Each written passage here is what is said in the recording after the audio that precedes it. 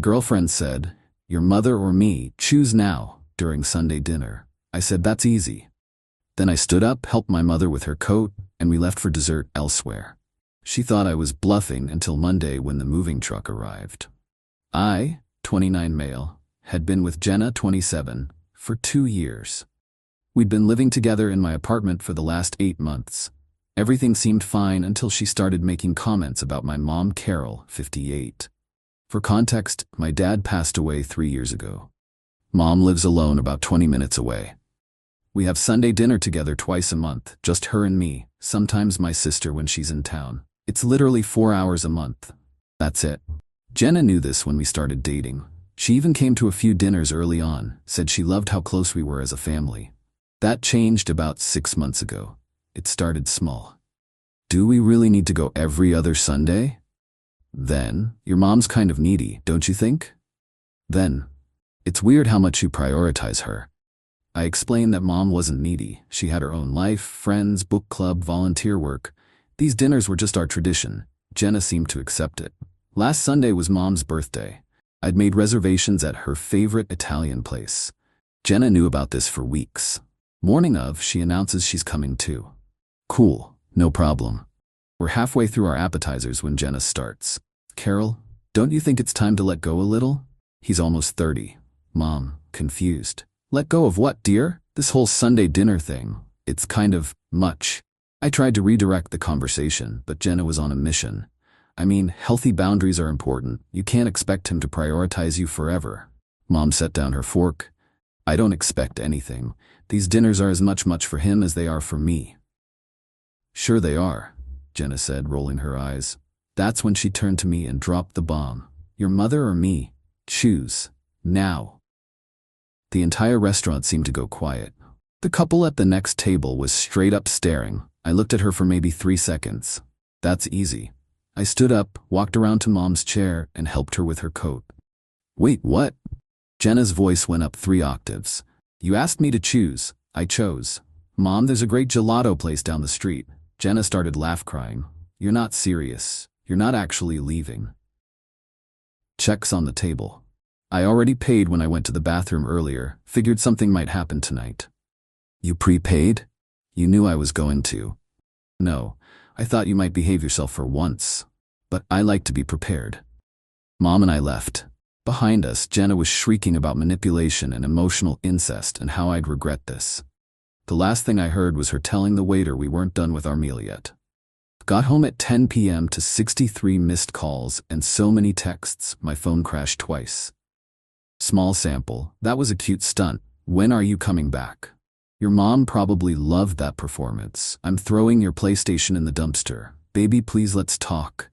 You're seriously doing this over one comment? Check your priorities. Your mom won't satisfy you in bed. That was disgusting. Do you want to sleep with your mother? I'm sorry, okay? Come home. If you're not back by midnight, I'm calling the cops. I texted back once. Moving truck will be there at 9 a.m. Monday. Please don't be home. She thought I was bluffing. Update 1. Monday morning came. My buddy Dimitri owns a moving company, gave me the friend rate. I took a personal day from work. Showed up at 8:45 a.m. with 3 movers and boxes. Jenna was there. Of course she was, wearing my college hoodie and crying. "Baby, you're not thinking clearly. One fight doesn't mean we break up. You gave me an ultimatum between you and my mother, at her birthday dinner. That's not one fight." I was making a point. Point received. Now please move. I need to get to my dresser. She tried to block the movers. "This is my home too. Your name's not on the lease. You've been living here as my guest. Legally, you have no claim here." That's when she called in reinforcements. Her mom, Patricia, showed up within 20 minutes. Must have been speed racing from across town. Patricia walked in like she owned the place. "What is this nonsense? You don't break up over a miscommunication." It wasn't a miscommunication. Jenna told me to choose between her and my mother. All women say things like that. It's testing boundaries. You failed the test. No, I passed. I don't do tests. I don't do ultimatums, and I definitely don't let anyone disrespect my mother at her birthday dinner. Patricia tried a different angle. "Jenna loves you. She's been planning your future together." "Yeah, a future where I abandon my family. Hard pass." While they argued with me, the movers kept working. Dimitri's guys were pros. They had half the apartment packed in 30 minutes. Then Jenna pulled her ace card. "I'm pregnant." Everyone stopped. The movers looked at me. I looked at her. "No, you're not." "How would you know?" "Because you had your period last week. You sent me to buy tampons on Wednesday. The receipt's probably still in my car." The movers actually snickered. One guy muttered brutal under his breath. Patricia's face went red. "Jenna Marie, Mom, you lied about being pregnant? I was trying to save our relationship." Even Patricia looked disgusted. She left without another word. By noon, all my stuff was in the truck. I left the furniture we bought together, took only what was mine. Fair's fair. Jenna made one last attempt. "Where are you even going to go? Your mommy's house?" "Nope. Got a storage unit for most of this, and I'm crashing with Dimitri for a few weeks while I apartment hunt. Already got 3 viewings lined up." "This is insane. You're really ending 2 years over this?" "You ended it when you made me choose. I just followed through." As we drove away, she was standing in the doorway, still wearing my hoodie, looking absolutely shook that I actually went through with it. Update 2: Tuesday through Thursday was relatively quiet. Jenna kept texting, cycling between apologizing, insulting me, begging, and threatening. I didn't respond to any of it. Friday afternoon, she showed up at my workplace. I'm an accountant at a mid-size firm. Pretty drama-free environment usually. Not that day. Reception called up. "There's a Jenna here? Says it's an emergency." I came down to find her in the lobby with a box of everything I'd ever given her, which she proceeded to dump on the floor. Every movie ticket, every love note, every stupid gift. She was pulling stuff out dramatically. "This teddy bear from the fair, these earrings you got me for Christmas." My coworkers were gathering. Janet from HR looked concerned.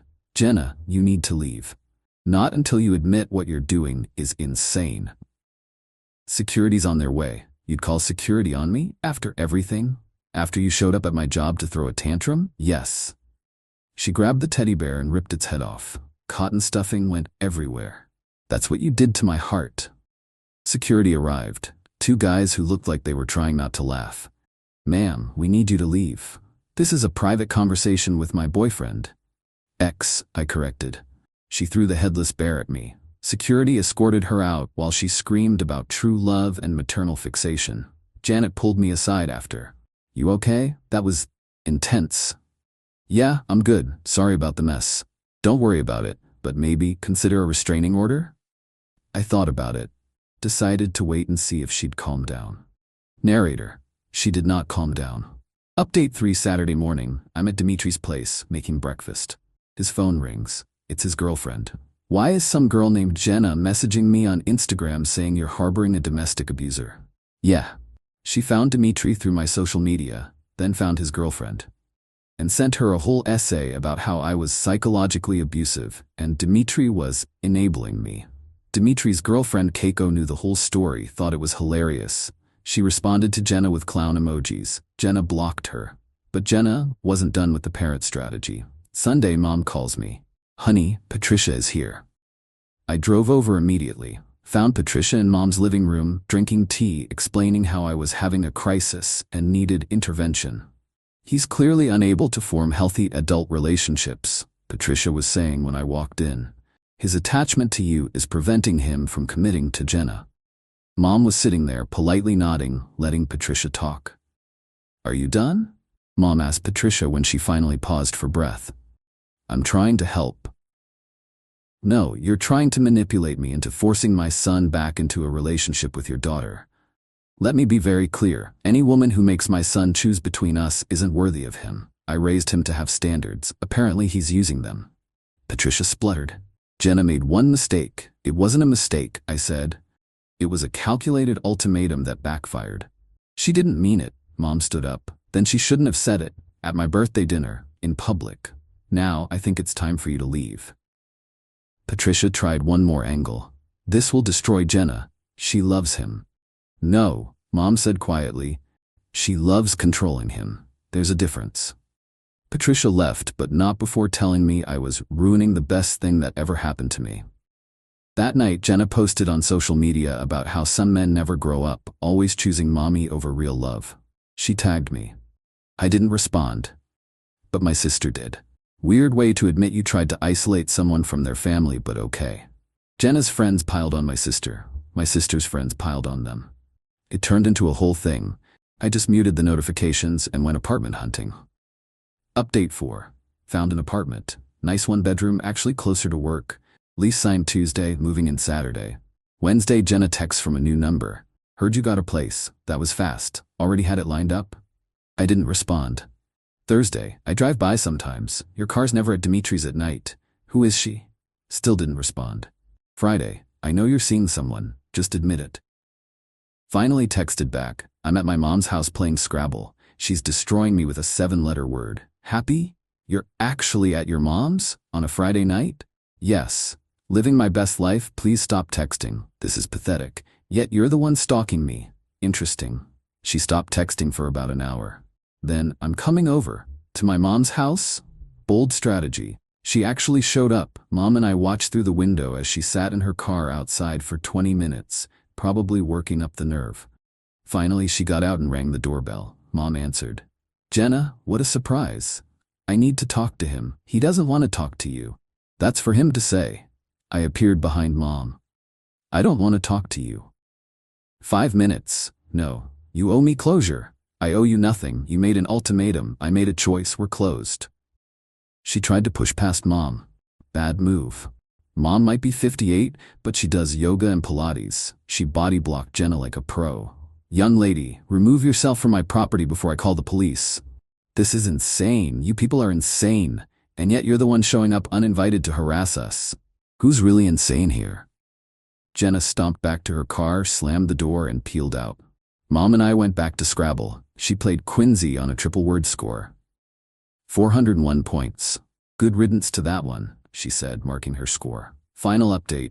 Moving day for the new apartment. Dimitri and his crew helping again. We're loading the truck when Jenna appears with 2 suitcases. I'm moving in with you. Everyone stopped. Dimitri actually laughed out loud. No, you're not. You can't just abandon me. I gave you 2 years of my life. And I gave you the same 2 years. We're even. I turned down other guys for you. Congratulations on being in a monogamous relationship? She set the suitcases down like she was claiming territory. I'm not leaving. Cool, Dimitri, call the cops, please. You wouldn't. Dimitri was already dialing. Jenna panicked. Wait, I'll tell everyone about your thing. What thing? I genuinely don't. That you cry during Pixar movies. Dimitri's crew burst out laughing. One guy said, bro, everyone cries during Yupa. She was spiraling. Fine. I'll tell everyone you lasted 2 minutes our first time. It was my first time ever. What's your excuse for the other times? The movers were dying. Even Dimitri was wheezing. You're humiliating me. You're humiliating yourself. I'm just moving furniture. The cops arrived. Same 2 officers, amazingly. Domestic dispute? The older one asked, already looking tired. She's trying to move into my new apartment against my will. He's abandoning me. Jenna wailed. The cop looked at me. Is this your girlfriend? Ex-girlfriend. We broke up 2 weeks ago. 2 weeks and she's trying to move in with you? She's dedicated, I said. The cop turned to Jenna. Ma'am, you can't force someone to live with you. But I love him. That's not how that works. They made her leave. She took her suitcases, crying about wasted time and lost love. The younger cop waited until she drove off, then said, dude, good call on breaking up. The move went smoothly after that. Got everything into the new place, ordered pizza for the crew, and spent my first night in peaceful silence. Life's good. The new apartment is perfect. Work's been understanding about the whole lobby incident. Mom and I still have our dinners, now with the added entertainment of recounting this whole saga. Heard through mutual friends that Jenna's been telling everyone I'm in an emotionally incestuous relationship with my mother. Also heard she's already dating someone new. A guy from her gym who apparently doesn't talk to his family at all. Perfect match. Patricia left Mom a voicemail apologizing for the misunderstanding and suggesting maybe we could all have dinner sometime to move forward. Mom deleted it without responding. My sister made me a cake that said, chose correctly on it. We ate it at Sunday dinner. Mom laughed so hard she cried. Oh, and the best part? Jenna's new boyfriend? His mom is apparently even more involved in his life than mine is. She just doesn't know it yet because they haven't been dating long enough. According to my friend who goes to the same gym, his mom calls him 6 times a day and has his location tracked on her phone. Karma's beautiful sometimes. To anyone facing ultimatums, when someone shows you who they are, believe them. When they make you choose between them and your family, the choice is already made. They're telling you they're not family material. And Jenna, since I know you're reading this, hi to your friend Tara who definitely sent you the link. Mom says hi. We're having tiramisu at Sunday dinner this week. Your favorite. We'll think of you while we're not eating it with you. Peace out. Edit. Stop asking for my mom's Scrabble strategies. She says it's classified. Edit 2. To everyone saying I'm too close to my mom, we have dinner twice a month. If that's too much for you, examine your own family relationships. Edit 3. Jenna made a TikTok about toxic mama's boys. It has 12 views. One comment says, sounds like you're the toxic one, sis.